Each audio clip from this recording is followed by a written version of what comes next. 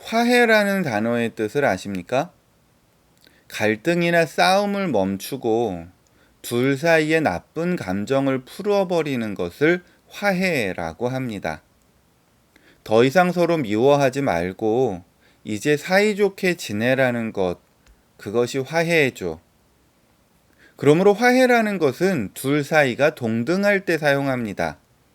관계적으로 한쪽이 더 높거나 혹은 한쪽의 잘못으로 시작되었을 경우는 화해라고 말하지 않습니다. 그건 사과의 대상이고 용서의 문제가 되기 때문이죠. 서로 간의 동등한 입장에서 관계의 개선을 가져오기 위한 것이 화해라고 말할 수 있다는 겁니다.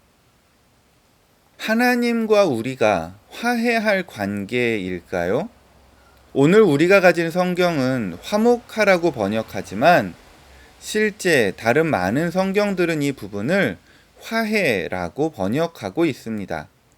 그런데 이 부분이요, 단지 화해라고만 이야기하면 조금 안 될 것 같아요. 하나님과 내가 동급이 아니거든요. 이 단어를 원어로 찾아보면 회복시키다, 수리하다, 복구하다 라는 의미를 갖고 있다는 것을 확인할 수 있습니다.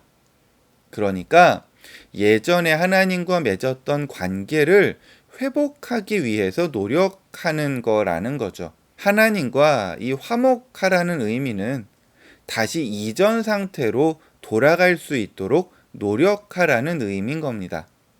처음 에덴 동산에서 하나님과 인간이 맺었던 그 관계로 돌아가야 한다는 겁니다.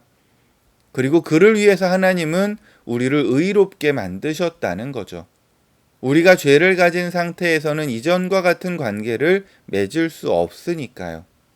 그렇게까지 하나님이 우리와 예전 관계로 돌아가기를 원하신다는 겁니다. 그것이 하나님께서 우리를 향해 가지신 사랑의 의미인 거죠. 사도 바울의 권면은 그 마음을 안다면 그 마음에 진심으로 반응할 것을 요구하는 게 아닐까 싶습니다. 내가 화해하는 게 아니라는 거예요. 내가 하나님을 용서하는 게 아니라는 겁니다. 하나님의 그 사랑과 은혜에 감사하고 그에 대해 진심으로 반응하는 거죠.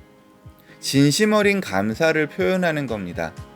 그게 우리가 하나님과 화목하는 길이라는 겁니다. 그리고 거기에 하나 더 얹자면 그런 회복을 경험한 내가 세상 속에서 그 화목을 선포하는 자로, 그 화목을 이루는 자로 세우심을 입었다는 거고요. 세상과 하나님을 화목하게 하는 도구로 나를 사용하시겠다고 이야기했다는 겁니다.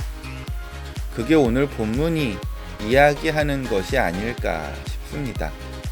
그럼 오늘도 수고하시고요. 화목한 하루 되시기 바랍니다.